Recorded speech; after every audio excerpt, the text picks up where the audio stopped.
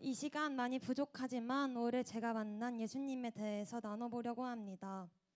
상갈거등에 들어가기 전 저의 신앙 상태는 부끄럽지만 정말 좋지 않았습니다. 5년이라는 시간 동안 예담학교에서 신앙 훈련을 받았음에도 불구하고 제 신앙은 여전히 많이 불안정했습니다. 주님만을 따르겠다고 수없이 고백했지만 정작 저의 삶 속에서는 전혀 그렇게 살고 있지 않았고 제 신앙은 늘 제자리에 머물러 있는 것 같았습니다. 혼자만 성장하지 못하고 있는 것 같다는 불안함도 컸습니다. 예수님을 인격적으로 만나지 못한 소위 말하는 썬데이 크리스천으로 살아가고 있었고 이런 상태로 사회에 나가게 된다면 예담에서의 6년이 쉽게 무너질 것 같다는 두려움이 들었습니다. 그래서 상갈거등에 관심을 가지게 되었습니다. 하지만 신청하는 과정부터 쉽지만은 않았습니다. 고3이라는 시기에 금요일 저녁 시간을 온전히 신앙훈련에 사용하는 것이 저에게 부담으로 다가왔고 그 시간에 공부하면 더 좋은 성적을 받지 않을까?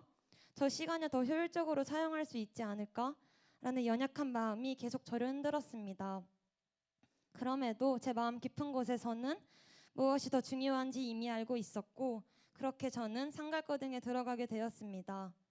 하지만 상갈거등에 들어갔다고 저의 신앙이 바로 성장한 것은 아니었습니다. 1학기 동안 말씀을 깊이 묵상하며 분명 성장하고 있다는 느낌은 있었지만 그 성장은 하나님과의 관계가 아니라 신앙적인 지식이 쌓이는 것이었습니다. 말씀을 아는 사람은 되어가고 있었지만 예수님을 인격적으로 만난 사람은 아니었습니다. 이 과정 속에서 내 신앙은 평생 정체기일지도 모른다 라는 생각으로까지 이어지며 많이 절망했던 것 같습니다. 하지만 지금 돌이켜보면 이 과정마저도 주님께서 예비하신 과정 중 하나였습니다. 제가 예수님을 인격적으로 만난 시기는 2학기 신앙수련회였습니다. 예담학교에서의 수차례 수련회를 경험하며 이미 마음에는 뜨거움이 없었고 그날 역시 그저 지나가는 예배 중 하나일 것이라고 생각했습니다. 그런데 주님께서는 제가 예상하지 못했던 순간, 예상하지 못한 타이밍에 저를 찾아와 주셨습니다. 이유 없이 눈물이 흐르기 시작했고 주님의 사랑이 느껴지며 주님께 쓰임받는 삶을 살고 싶다는 고백이 제 입에서 자연스럽게 나왔습니다. 그 이후 저의 삶은 조금씩 변화해 갔습니다. 이 과정에서 저에게 큰 도움이 되었던 것이 상갈거등이었습니다. 상갈거등 시간에 읽었던 구원 그 이유 복음이라는 책을 통해 저는 제 죄인됨을 분명히 깨닫게 되었습니다. 너무나도 죄인인 이런 나를 살리시기 위해 십자가에서 온전히 하나님의 진노를 받으신 예수님의 사랑이 너무나도 크게 다가왔습니다.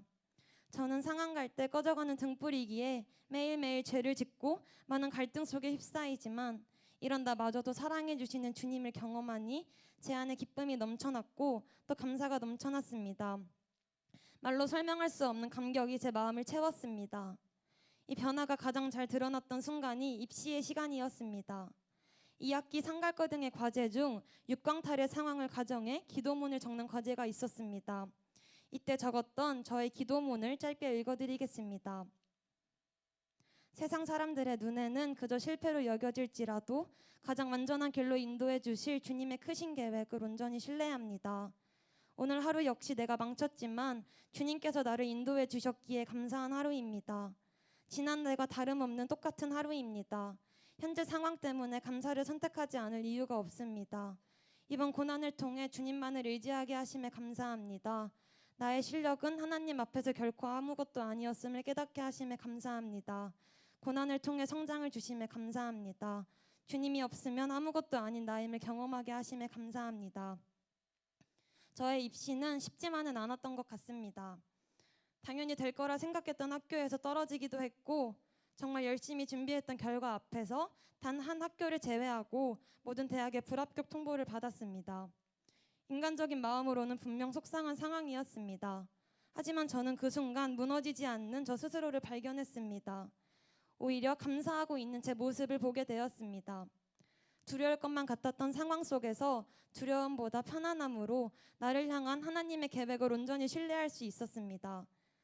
또한 나의 실력은 하나님 앞에서 아무것도 아니었음을 고백하게 하심에 감사했습니다. 처음 상갈거등 지원서에 주님을 삶의 주인으로 모시고 있냐는 질문에는 아니요 라고 답할 것 같다라고 적었었습니다. 지금 똑같은 질문을 저에게 한다면 저는 분명하게 네 라고 대답할 수 있을 것 같습니다. 나의 작음을 인정할수록 주님의 크심이 보이기 시작했고 나의 연약함을 알아갈수록 하나님만이 내 삶의 주인이심을 알게 되었습니다. 여전히 흔들릴 때도 있고 여전히 세상의 기준을 바라볼 때도 있지만 이제 제 삶의 기준은 하나님 보시기에 옳은 선택인가가 되었습니다. 저는 앞으로 예수님만을 자랑하는 삶을 살아갈 것입니다. 믿는 사람들 사이에만 머무는 것이 아니라 세상 한가운데로 나아가 예수님을 전하려고 합니다. 때로는 외롭고 때로는 두려운 자리일지라도 그곳에서 예수님을 전하는 파수꾼의 역할을 감당하겠습니다. 분명 많은 고난과 역경이 기다리고 있겠지만 이미 승리가 약속된 싸움임을 믿기에 더 주님께 매달리며 걸어가겠습니다. 앞으로 인생에서 제 이름이 기억되지 않아도 괜찮습니다. 다만 제 삶을 통해 예수님이 드러난다면 그것으로 충분합니다. 상한 갈 때 꺼져가는 등불 같은 저를 끝까지 놓지 않으시는 주님과 함께 오늘도 그리고 내일도 그 길을 묵묵히 걸어가겠습니다. 이 고백으로 제 간증을 마치겠습니다. 감사합니다.